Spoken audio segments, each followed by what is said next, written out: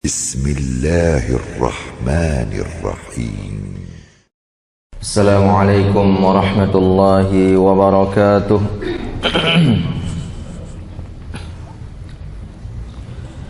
Alhamdulillahi wa kafa,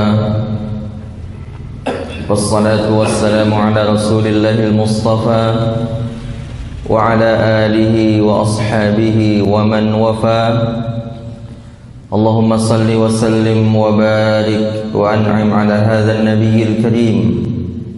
Allahumma la ilma lana illa ma 'allamtana innaka antal alimul hakim. Amma ba'du. Bapak-bapak dan ibu-ibu, kaum muslimin dan kaum muslimat yang dimuliakan Allah, puji dan syukur kepada Allah Subhanahu wa taala atas segala nikmatnya yang kita rasakan. Di antara nikmat yang kita rasakan pada pagi hari ini adalah Allah telah berikan kepada kita taufik dan kemudahan sehingga kita bisa mendirikan salat subuh secara berjamaah. Mungkin ada di antara saudara-saudara kita yang mana mereka tidak dimudahkan Allah untuk salat subuh berjamaah, mungkin dikarenakan uzur syar'i atau juga mungkin dikarenakan sakit, dan ini juga termasuk uzur syar'i, atau mungkin juga dikarenakan bukan uzur yang syar'i. Namun kita bersyukur, alhamdulillah, pada pagi hari ini kita bisa mendirikan salat subuh berjamaah dan duduk sebentar di salah satu taman surga, yaitu majelis ilmu. Kemudian tak lupa juga kita berdoa kepada Allah Subhanahu wa taala, semoga salawat dan salam senantiasa tercurahkan kepada Nabi Muhammad sallallahu alaihi wasallam. Allahumma salli ala Muhammad wa ala ali Muhammad.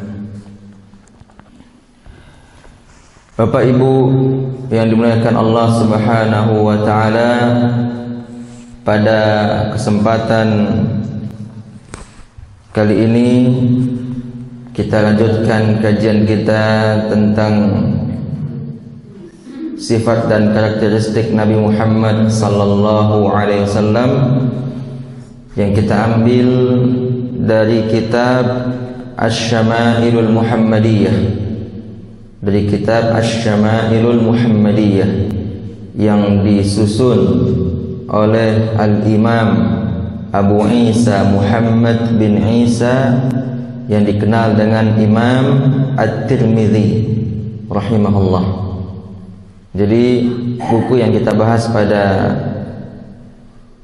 setiap Selasa pagi ini adalah kumpulan hadis tentang sifat dan fisik Nabi Muhammad sallallahu alaihi wasallam yang ditulis oleh seorang imam ahli hadis yang kita semua pasti pernah mendengar namanya, yaitu Imam Tirmidzi rahimahullah, yang wafat pada tahun 279 Hijriah.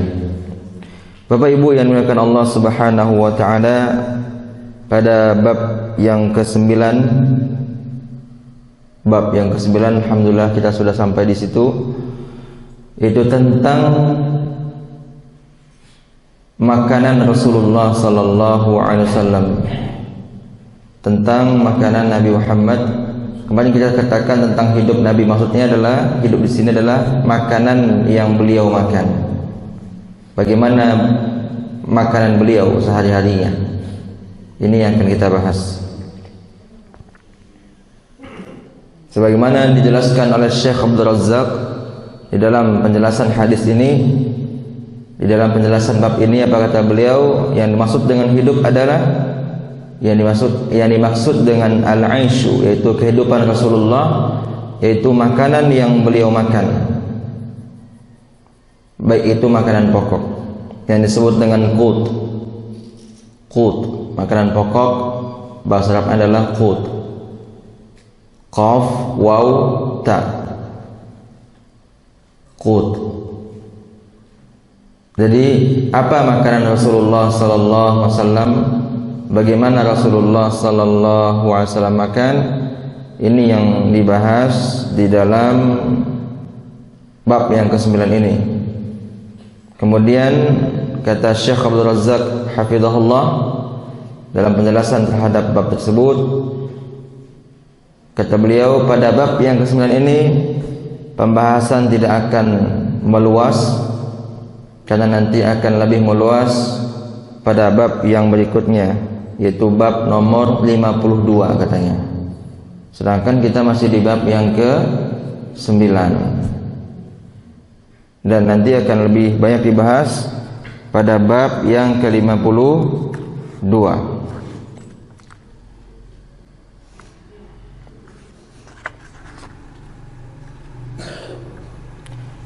Sedangkan bab yang terakhir sampai bab 56. Jadi buku ini terdiri dari 56 bab.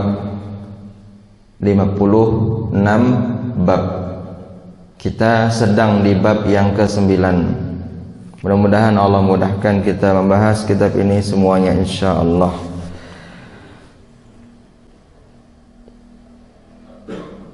Di dalam sebuah hadis Rasulullah sallallahu alaihi wasallam pernah berdoa, itu dalam hadis Bukhari dan Muslim. Kata Rasulullah, Allahumma rzuq ala Muhammadin qutan. Allahumma rzuq ala Muhammadin qutan. Ya Allah, berikan rezeki kepada keluarga Muhammad berupa makanan. Dalam kurung maksudnya makanan pokok. Ini di dalam hadis Bukhari dan Muslim. Bayangkan Bapak Ibu yang dimuliakan Allah, Nabi saja berdoa seperti itu. Nabi sallallahu alaihi wasallam berdoa meminta rezeki kepada Allah Subhanahu wa taala berupa makanan pokok. Karena memang keluarga Nabi sering tidak kenyang. Khususnya Nabi Muhammad sallallahu alaihi wasallam sering sekali tidak kenyang. Bahkan Nabi Muhammad sallallahu alaihi wasallam sering sekali mengikat perutnya.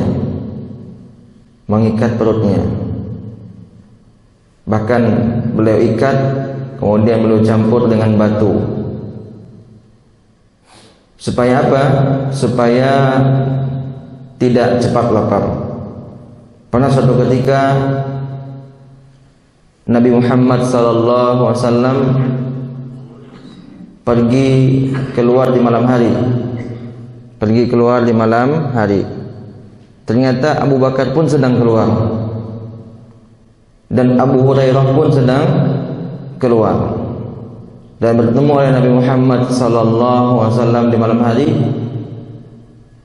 Kemudian Nabi Muhammad bertanya kepada mereka, apa yang menyebabkan kalian keluar di malam hari? Kata para sahabat yang dua itu, al-ju' katanya, yaitu rasa lapar. Dan apa pula yang menyebabkan kau keluar di malam hari wahai Rasulullah? Kata Nabi Muhammad sallallahu alaihi wasallam, yang menyebabkan aku keluar pada malam hari ini seperti yang kau rasakan, yaitu rasa lapar. Dan agak panjang kisah ini sampai nanti pada ujung kisah, yaitu Nabi Muhammad sallallahu alaihi wasallam dijamu oleh seorang sahabat dari Ansar dengan jamuan kurma, kemudian air putih dan kambing yang dipotong. Dan Nabi membacakan firman Allah Ta'ala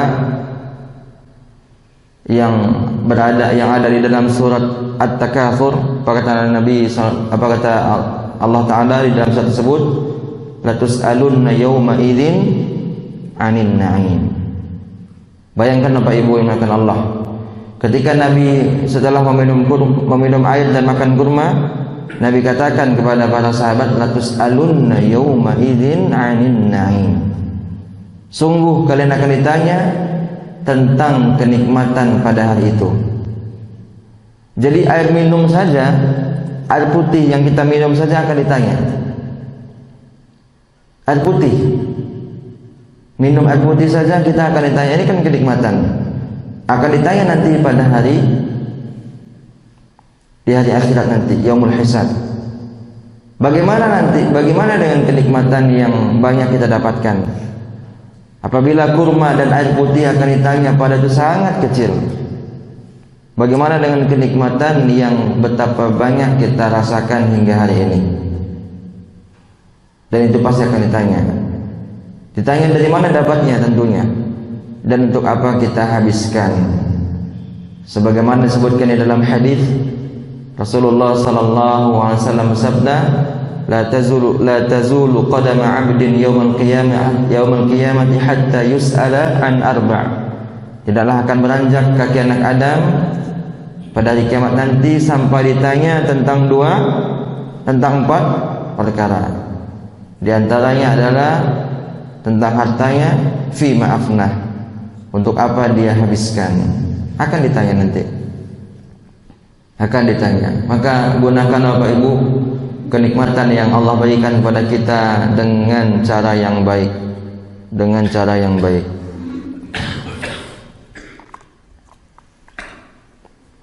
Kemudian Nabi Muhammad sallallahu alaihi wasallam adalah orang yang tidak berambisi terhadap dunia. Nabi Muhammad sallallahu alaihi wasallam tidak ambisi dengan dunia. Berbeda dengan sebagian kita, sangat berambisi dengan dunia. Dan Nabi Muhammad SAW mengajarkan kepada kita sebuah doa supaya dunia itu bukanlah ambisi kita. Apa kata Nabi Muhammad sallallahu alaihi wasallam dalam doanya, Allahumma la taj'alid dunya akbara hammina. Allahumma la taj'alid dunya akbara hammina. Ya Allah, jangan jadikan dunia ambisi terbesar kami. Hendaknya akhirat. Sehingga kita bisa mencari yang halal-halal saja. Sebagaimana juga doa Nabi Muhammad SAW, Allahumma kfini bihalalika an haramik. Ya Allah, berikanlah aku kecukupan sesuatu yang engkau halalkan, sehingga aku tinggalkan apa yang engkau haramkan. Allahumma kfini bihalalika an haramik. Ini doa yang diajarkan Nabi Muhammad sallallahu alaihi wasallam. Bapak Ibu, kita lihat hadis ini, hadis dari Abu Hurairah radhiyallahu anhu. Hadis dari Abu Hurairah, tapi ini perkataan dari Ibnu Muhammad bin Sirin. Beliau mengatakan, kunna inda Abi Hurairah, ketika itu kami bersama Abu Hurairah. Ini tabi'in ya, yang mengatakan ini tabi'in, yaitu Muhammad bin Sirin. Muhammad bin Sirin, atau yang dikenal dengan Ibnu Sirin. Ketika itu kami bersama Rasul Abu Hurairah radhiyallahu anhu, wa alaihi thawbani mumassyaqani min kattan. Ketika itu beliau memakai pakaian yang terbuat dari kapas. Beliau memakai pakaian yang terbuat dari kapas. Fatamakhata fi ahadihima, yang mana kapas tersebut, pakaian tersebut yang terbuat dari kapas ternyata robek. Kemudian ia katakan lagi bakhin. Bakhin ini istilah orang Arab kalau mereka senang. Istilah orang Arab kalau mereka itu dalam keadaan bahagia. Bakhin. Ada yang mirip dengan ini, lafaznya itu kihin. Ini adalah ungkapan tidak senang. Ungkapan tidak senang. Jarang, tapi kalimat ini sekarang jarang digunakan. Ketika Husain atau Hasan ingin mengambil atau makan sedekah yang dikasih orang, Nabi larang mereka. Kih, kih. Ini adalah ungkapan tidak suka. Kih, kih. Kalau ungkapan suka, bah, bah. Bakhin, bakhin. Atau bah, bah. Ungkapan sedang suka. Ini adalah istilah yang ada dalam bahasa Arab. Kemudian yatamakkhatu Abu Hurairah fil kattan. Abu Hurairah memakai baju kapas. Kata Ibnu Sirin, laqad ra'aituni wa inni la akhiru fi ma baina minbari Rasulillah sallallahu alaihi wasallam wa hujrati Aisyah maghshiyan alaihi. Saya pernah melihat seseorang yang jatuh tersungkur di antara mimbar Rasulullah SAW dan kamar beliau dalam keadaan hampir pingsan. Dalam keadaan hampir pingsan dikarenakan menahan rasa lapar. Dikarenakan menahan rasa lapar. Ini hadis di dalam kitab Bukhari rahimahullah. Di dalam Sahih Bukhari rahimahullah. Jadi dalam hadis ini bercerita tentang ada seorang laki-laki dari kalangan sahabat, sebagaimana kata Abu Hurairah yang diceritakan oleh Ibnu Sirin, hampir pingsan dikarenakan menahan rasa lapar. Pertanyaan kita, Bapak Ibu, pernah gak kita hampir pingsan dikarenakan menahan rasa lapar? Mungkin pernah, tapi bukan karena makanan tidak ada, bukan karena kita gak sanggup, cuman ketika itu mungkin sarana untuk beli makanan mungkin tidak ada. Kalau ini memang tidak ada sama sekali, kurma nggak ada, kemudian air tidak ada, susah mencari air, apalagi Mekah itu padang pasir, atau Madinah ya, ketika itu di Madinah. Kalau di Mekah mungkin masih ada Zam-Zam. Beda sekarang Zam-Zam sampai ke Madinah. Sekarang Zam-Zam sampai ke Madinah. Setiap hari ada truk khusus mengantarkan air Zam-Zam dari kota Makkah ke kota Madinah. Bahkan di Kuba pun ada, yaitu di Masjid Kuba ada. Bukan hanya di Masjid Nabawi. Nah, dari zaman dahulu Zam-Zam itu hanya bisa dirasakan oleh penduduk Makkah. Maka air susah didapatkan di kota Madinah. Jadi Bapak Ibu, kita kalau pernah merasakan lapar mungkin tidak seperti yang dirasakan oleh para sahabat. Maka kita baik bersyukur. Ternyata ahli surga itu, mereka itu sering merasakan lapar. Nabi Muhammad sallallahu alaihi wasallam adalah pemimpinnya ahli surga, sudah pasti. Karena beliau Sayyidul Anbiya'i wal Mursalin. Karena beliau adalah khairun nas, sebaik-baiknya manusia beliau. Beliau adalah orang yang paling dekat dengan Allah Subhanahu wa ta'ala. Sering beliau merasakan lapar. Bahkan melewati 3 kali purnama. 3 kali bulan purnama, berarti berapa bulan? 3 bulan ya. Sering sekali dalam 3 bulan itu dapur Nabi Muhammad SAW tidak ngebul asapnya, sebagaimana diceritakan oleh Aisyah radhiyallahu anha. Sering, jarang Nabi itu kenyang. Bagaimana dengan kita? Kita baru lapar sedikit sudah mengeluh, baru susah hidup sedikit sudah mengeluh. Inilah tanda lemahnya iman kita. Padahal kalau kita baca sejarah para sahabat, orang-orang yang mereka itu dijamin masuk surga, mereka itu orang-orang yang merasakan lapar setiap harinya. Pernah juga Nabi Muhammad SAW datang ke rumah Aisyah, karena si beliau ada 11 orang kan, datang ke rumah Aisyah radhiyallahu anha. Kemudian Nabi bertanya, hal indakum min syai'? Apakah ada makanan, kata Nabi? Apa kata Aisyah? La, tidak ada. Apa kata Nabi? Idzan inni shaimul yaum. Kalau gitu saya puasa pada hari ini. Itu puasa sunnah. Karena Nabi Muhammad belum makan dari subuh. Mungkin Nabi tanya di waktu duha ketika itu, sehingga Nabi mengatakan kalau gitu saya puasa pada hari ini.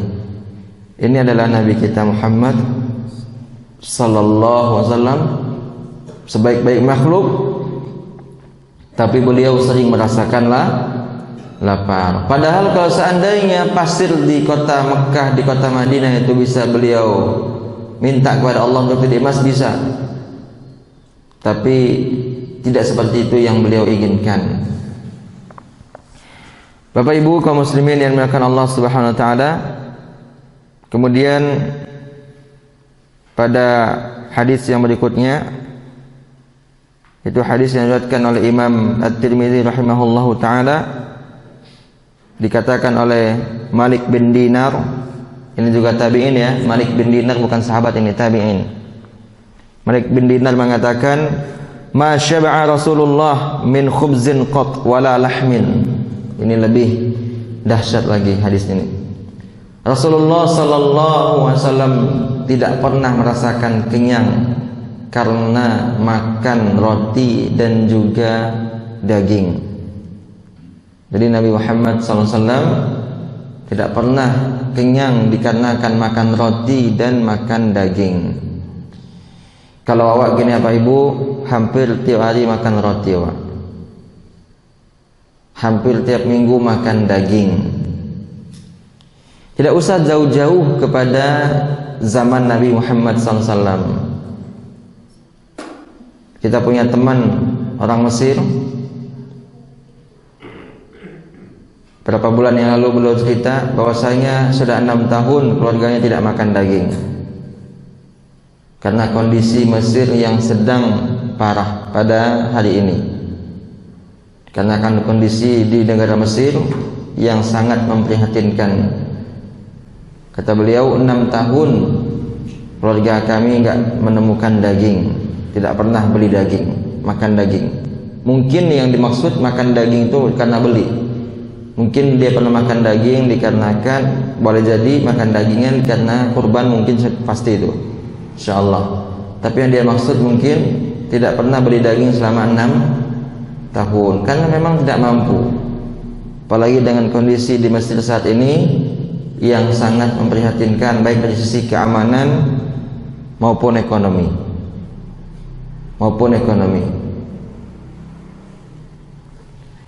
Tidak usah jauh-jauh di zaman Nabi. Zaman sekarang pun banyak orang yang tidak merasakan rasa, yang sering merasakan tidak lapar. Apalagi di zaman Nabi. Dan Nabi Muhammad adalah contoh terbaik bagi kita. Illa ala dhafaf, kecuali ketika Nabi makan bareng-bareng sama sahabat. Apalagi dalam makan bareng-bareng tersebut ada keberkahan. Maka kalau kita makan bareng-bareng dengan sahabat, dengan teman-teman kita, kita jangan pernah merasa itu membuat kita tidak kenyang. Karena kata Nabi, ta'amul wahid yakfil isnain. Makanan untuk satu orang cukup untuk 2 orang. Wa ta'amul isnain yakfil arba'ah. Makanan 2 orang cukup untuk berapa orang? Untuk 4 orang. Kemudian Bapak Ibu yang dimuliakan Allah Subhanahu wa taala, kita lanjut hadis yang berikutnya pada bab yang 10. Ini adalah bab yang terakhir yang kita bahas pada hari ini, yaitu tentang khuf Rasulullah sallallahu alaihi wasallam. Tentang khuf Rasulullah. Pertanyaan kita, apa itu khuf Bapak Ibu? Khuf. Apa itu khuf? Apa itu khuf? Sepatu, kaos kaki. Jadi kaos kaki itu khuf namanya. Apa itu Bapak Ibu? Coba dijawab dengan jawaban yang sempurna. Apa itu khuf? Ustadz yang tahu katanya. Apa ya? Ya. Ahsan, barakallahu fik.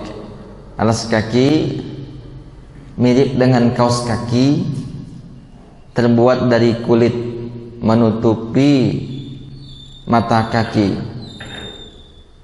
Menutupi mata kaki. Terbuat dari kulit karena biasa dipakai di musim dingin. Biasa dipakai di musim dingin. Ini yang pertama. Yang kedua, supaya air tidak meresap ke dalam. supaya air tidak meresap ke dalam, maka dia dibuat dari kulit seperti itu, khuf. Jadi tentang khuf Rasulullah sallallahu alaihi wasallam. Nanti kita sebutkan tentang hukum khuf insyaallah. Kita tutup dengan pembahasan tentang khuf pada pagi hari ini. Hadis dari ayahnya Ibnu Buraidah bahwasanya An-Najasyi ini siapa? Siapa An-Najasyi Bapak Ibu? Siapa itu An-Najasyi? Menghadiahkan kepada Nabi Muhammad SAW khuffain, 2 khuf yang berwarna hitam, Jadi An-Najasyi menghadiahkan khuf kepada Nabi Muhammad SAW yang berwarna hitam. Kemudian Nabi pakai, kemudian Nabi berwudu dan Nabi usap bagian atasnya. Jadi ketika Nabi berwudu, tidak Nabi buka khuf tuh, Nabi hanya membuka bagian atas. Ini hadis diriwayatkan juga oleh Imam Tirmidzi dan Imam Abu Dawud serta Ibnu Majah rahimahumullah. Baik, sekarang kita bahas tentang khuf. Khuf itu Pak Ibu yang mengatakan Allah, khuf jamaknya khifaf. 1 khuf namanya, jamaknya khifaf. Khuf itu ulun paham kami lain. Khuf itu Pak Ibu adalah kaos kaki terbuat dari kulit. Nah, itu supaya kita mudah memahami. Mirip kaos kaki terbuat dari kulit yang menutupi kedua mata kaki. Dan bahannya berarti tidak tipis tapi tebal karena dia kulit, tidak tembus pandang. Khuf itu Pak Ibu adalah syariat dalam Islam. Semua ulama sepakat khuf itu syariat dalam Islam. Dan mengusap khuf itu adalah syariat. Jadi kalau ada yang menentang syariat ini adalah orang-orang yang aneh. Sebagaimana orang Khawarij, mereka menentang syariat khuf. Apa cara memakai khuf Bapak Ibu?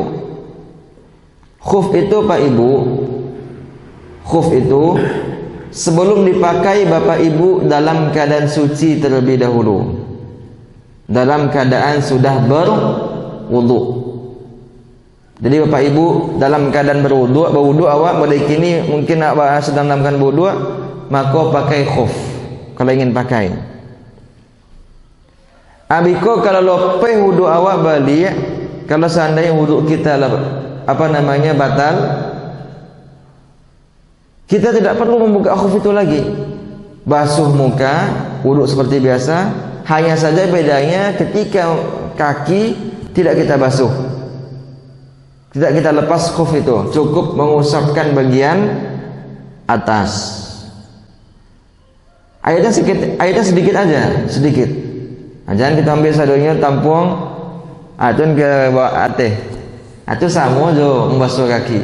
Cak buka bona. Jadi sebagian orang dia sudah dikasih keringanan tapi dia cari yang sulit. Jadi kalau kita sudah pakai khuf, air itu jangan meresap ke bawah. Jadi jangan sampai kita tidak kena air doh kaki. Lain sah tuh. Ya sah. Memang jangan kena air. Sama kayak kita pakai kaos kaki misalnya. Kalau kita nggak punya khuf, pakai kaos kaki kan, dan kaos kakinya itu tebal, jangan yang tipis. Kaos kaki yang tebal. Kalau yang tipis itu tidak menutup namanya, masih membayang.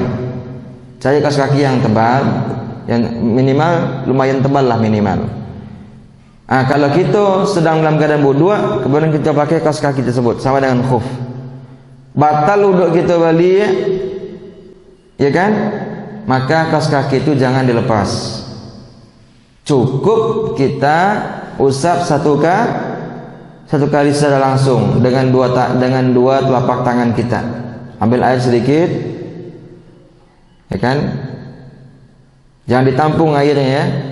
Ambil sedikit, kemudian usapkan ke atas bagian kaos kaki. Bawah atau atas? Atas. Bukan bawah ya. Nah, ini bukti agama kau tidak boleh pakai akal. Ini bukti agama tidak boleh pakai akal. Jangan pakai akal saja gitu. Bukan nggak boleh pakai akal. Jangan hanya pakai akal saja. Kalau pakai akal awak, bade tidak bawah saja. Ini bawah dan kita pijak. Kita kalau jalan mana yang kita injak? Pakai apa kita injak? Kaki bawah atau kaki atas? Telapak kaki atau punggung kaki kita injak? Kan pakai telapak kaki. Kenapa bukan telapak kaki yang kita usap dengan air? Kenapa punggung kaki? Karena itu syariat Nabi. Tidak boleh kita tanya ba'a pada itu. Itu syariat Nabi. Makanya Ali bin Abi Thalib pernah mengatakan, "Lau kanat dinu bi ra'yi." Kalau seandainya agama itu hanya dengan akal saja, lakana an-nabiy sallallahu alaihi wasallam yamsahu khuffaihi ala batinihi.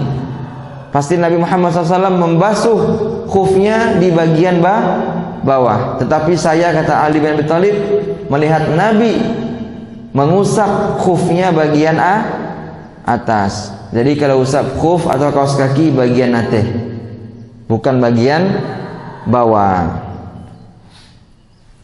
Kalau seseorang yang tidak safar, mukim, 1 hari 1 malam ya pakai khuf atau kaos kaki. Kalau lebih daripada itu tidak boleh. Lepas balik khuf tu, ulang balik. Mari ikut contohnya lah. Mari ikut contoh Bapak Ibu. Kini Bapak Ibu dalam keadaan suci kan? InsyaAllah kita anggap kita ini suci semuanya, dalam keadaan masih berwudu. Kini jam 6:04. Kemudian kita pakai kaos kaki sekarang atau khuf jam 6:04 ini, ya kan? Maka hitungannya dimulai dari sekarang, bukan dari kita berwudu. Dari mulai kita pakai khuf atau kaos kaki dimulai hitungan 1 hari 1 malam. Maka paling lambat kita itu buka khuf besok jam 6:04. Paling lambat ya. Lebih dari itu nggak boleh. Karena kita mukim, bukan sedang safar, tapi kita ini sedang mukim. Kan tidak ada yang safar gini kan? Sedang mukim awak. 6:04 besok tidak boleh lagi kita berwudu cuma usap kaki, lepas lagi. Lepas dulu. Lepas berwudu lagi baru pakai lagi. Bisa dipahami Bapak Ibu? Berarti makosinya kita pakai kaos kaki atau khuf tu kalau kita mukim 1 hari 1 malam. Dan dengan cara hanya mengusap kaos kaki bagian atas atau khuf bagian atas. Kalau kita safar 3 hari 3 malam. Nah, kalau sedang safar awak 3 hari 2 malam ya 3 malam. 3 hari 3 malam. Kalau mukim 1 hari 1 malam. Pembatal khuf itu adalah seperti yang membatalkan wudu. Yang membatalkan wudu awak kalau awak pakai khuf, mau dia awak batal wudu. Mau dia itu ya. Tambah cik lain. Lewat harinya dan malamnya, batal khuf awak. Jadi kalau mulai tadi jam 6:04 kita pakai kaos kaki atau khuf, maka besok jam 6 lewat 16 menit batal. Otomatis batal. Bisa dipahami Bapak Ibu? Otomatis besok itu batal. Kan besok nak jam 4:30 kita jago misalnya, 4:30 kita bangun subuh. Buduk gitu. Baca doanya kalau kita buduk besok. Kalau kita sedang memakai khuf kini. Berwuduk tidak usah kita buka khuf. Karena belum genap 1 hari 1 malam. Tidak usah buka khuf, cukup usap bagian atas saja. Nah, sudah jam 6:04 baru buka. Atau enggak usah dibuka, enggak masalah. Tapi sudah batal. Setelah otomatis batal karena sudah yaumun walailah, sudah 1 hari 1 malam. Bisa pahami Bapak Ibu? Jadi syarat pakai khuf itu 3 ya. 3 syaratnya. Yang pertama, kalau ingin mengusap khuf, ingin memakai syariat khuf itu berwudu terlebih dahulu. Tidak bisa orang yang tidak suci pakai khuf kemudian dia wudu langsung nyusap, itu tidak bisa. Jadi sebelum kita pakai khuf, kita itu wajib dalam keadaan sedang berwudu. Kalau kita sedang tidak berwudu, jangan pakai khuf untuk kita usap bagian atasnya, itu nggak boleh. Jadi wudu kita dulu pakai khuf, lah batal nih ya wudu awak. Baru kita wudu usap khuf bagian atas. Ini yang pertama ya. Yang kedua, memakai khuf itu atau kaos kaki hukumnya sama ya. Tidak boleh robek. Tak boleh cabik. Cabik tak boleh. Harus menutup semua anggota wudu kaki awak tu, walaupun bagian bawah. Khuf itu kan yang diusap kan bagian atas nak. Tapi bagian bawah pun tak boleh cabik. Jadi kalau pakai kaos kaki cabik jangan pakai. Kok digigit monci kan? Mungkin tanah sembarangan kan tu digigit monci. Pakai kaos kaki yang tidak robek. Pakai kaos kaki yang tidak robek dan juga yang lumayan tebal. Bukan yang tipis. Karena kalau tipis air meresap nanti ke dalam. Sebagian orang sengaja dia resapkan air, bahkan ia basuh, ia pakai kaos kaki. Kau tengok jamaah-jamaah umrah, dia pakai kaos kaki masih terpasang, terpakai, kemudian dia basuh kakinya. Kalau mau itu lope warna kaos kaki. Ada lagi yang lebih aneh, ada orang tayamum seperti wudu, dia tayamum seperti wudu. Kan itu perlu kita belajar Bapak Ibu. Perlu kita belajar. Pelajaran tayamum ini di mana kita pelajari? Apakah di tabligh akbar? Kan tidak. Pelajaran tayamum ini biasanya di kajian rutin. Jadi ada orang tayamum seperti wudu. Model yang wudu, model itu tayamum. Kok tengok warna di atas pesawat. Ketika pergi umrah kan, tengok model. Karena jauh dari awaknya, jauh ada risiko. Tentu tidak awak ingatkan. Kalau doke awak ingatkan. Jamaah lain pula bukan jamaah umrah kita. Jadi dia tayamum seperti mana berwudu. Padahal tayamum itu cuma wajah dan telapak tangan. Tidak lo sampai siku tayamum kau Bapak Ibu. Bukan sampai sini ya. Bukan sampai siku. Tayamum itu cuma wajah dan telapak tangan hingga pergelangan tangan saja. Jadi kalau ada yang tayamum sampai siku, itu pun salah. Apalagi sampai kepala juga, telinga juga, dan kaki juga. Inilah perlunya kita ilmu. Untuk tayamum saja butuh ilmu. Apalagi untuk urusan bernegara. Kan itu nak. Itu ada orang belum paham masalah negara, masalah bagaimana hukum dalam Islam, sudah bahas masalah besar. Banyak kita jumpai masalah politik, semangnya tidak lang bahas sampai ke ujung lagi bahas masalah politik. Giliran tayamum tidak tahu dia caranya, doa masuk masjid tidak hafal dia. Jadi banyak kita ini perkara besar kita bahas, masalah kecil luput bagi kita, luput bagi awak masalah kecil. Doa berhubungan dengan istri belum tahu sampai saat itu. Doa ketika bertemu dengan istri di kamar tidak tahu, tapi dia bahas masalah-masalah yang harusnya dibahas oleh para ulama. Terakhir Bapak Ibu, tadi yang pertama apa? Bersuci terlebih dahulu. Yang kedua tidak robek, tidak tipis. Dan yang ketiga 1 hari 1 malam bagi mukim, 3 hari 3 malam bagi yang sedang safar. Ini kira-kira Bapak Ibu. Hadis berikutnya sebenarnya juga sama tentang khuf, yaitu seorang sahabat yang bernama Dihya Al-Kalbi menghadiahkan khuf kepada Nabi. Kalau tadi kan An-Najasyi. An-Najasyi ini adalah Raja Habasyah. Ikoko golar, bukan golar ya, gola. Golar itu bahasa orang Terata. Gola. Ikoko gola atau gelar bagi raja di Afrika. Gelarnya An-Najashi, Afrika yang kulit hitam ya. Emangnya ada Afrika kulit putih? Ada. Maya Afrika kulit putih. Afrika Utara, Mesir, Aljazair, Tunisia, Mauritania, Libya, Maroko. Itu semua kulit putih. Bahkan orang Sudan pun ada yang kulit putih. Awak itu koji ketika itu. Dari mana coba? Dari Sudan, kulit putihnya.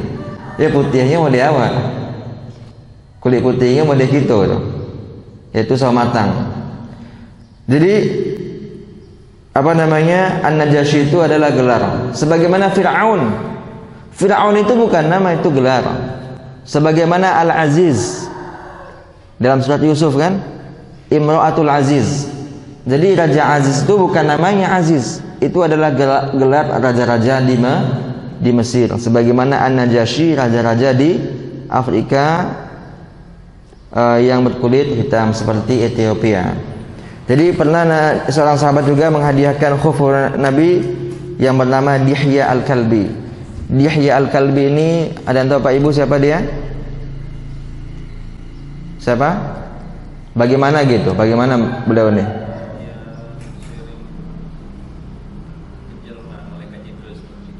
Iya. Dan kenapa malaikat Jibril menjelma sepertinya? Masya Allah. Ada nasi gagah dia di dalam masjid enggak? Ya, Dihya Al-Kalbi mirip dengan Nabi. Gagahnya ya. Tapi yang mirip dengan Nabi postur tubuhnya siapa? Seorang sahabat. Postur tubuhnya dan gagahnya juga mirip dengan Nabi, Mus'ab bin Umair. Ya. Makanya ketika Mus'ab bin Umair terbunuh dalam perang Uhud, orang kafir menyangka itu Nabi. Padahal itu Mus'ab bin Umair. Dari Mekah ya, orang Mekah. Mus'ab bin Umair orang Mekah. Kalau Dihya ini orang Madinah. Jadi Dihya Al-Kalbi ini adalah pria atau sahabat yang paling tampan, sangat gagah beliau ini, Dihya Al-Kalbi, dan pernah menghadiahkan kepada Nabi berupa khuf juga. Ini kira-kira Bapak dan Ibu pembahasan kita pada subuh hari ini. Mudah-mudahan bermanfaat bagi kita semua, dan kita tutup dengan doa kafaratul majlis. Atau ada pertanyaan Bapak-bapak? Udah tentang khuf? Insyaallah sudah paham kita ya masalah khuf dan kaos kaki juga. Baik. Kalau sepatu nggak boleh ya. Nah, sepatu jangan kita buat-buat lawan itu. Kalau sholat pakai sepatu boleh ya. Sholat pakai sepatu boleh ya. Tapi jangan bawa masuk-masuk Ji. Zaman Nabi ada Ustaz. Yo, zaman Nabi ketika itu lantai belum seperti kita. Ini yang pertama. Kalau kita katakan haram tidak. Awak enggak lo katakan haram pakai sepatu ke siku, tapi kanlah durasian. Lah pakai sejadah, tu bawa sepatu ke dalam. Memang disunahkan pakai sepatu salat kadang-kadang. Kadang-kadang disunahkan kita salat itu pakai sepatu. Nanti kalau bapak-bapak dan ibu bapak pergi umroh misalnya, coba lihat. Sebagian orang di halaman Masjid Nabawi itu, tadi halaman Masjidil Haram, salatnya pakai sepatu atau pakai sendal. Apalagi kalau salat jenazah, enggak masalah. Karena ada orang, "Nabi boleh pakai sendal tuh." Itu bahkan disunahkan. Itu bahkan disunahkan. Tapi tentu kita lihat kondisi masjid kita bersih, ya kan? Dan itu masih aneh di kampung kita. Nah, jangan kita langsung seperti itu, berangsur-angsur dulu seperti itu ya. Dan ini butuh dibahas supaya tidak menimbulkan fitnah di tengah masyarakat. Ini kira-kira Bapak Ibu, Bapak yang bisa kita sampaikan. Subhanaka Allahumma bihamdika asyhadu an la ilaha illa ant astaghfiruka wa atubu ilaik. Wassalamualaikum warahmatullahi wabarakatuh.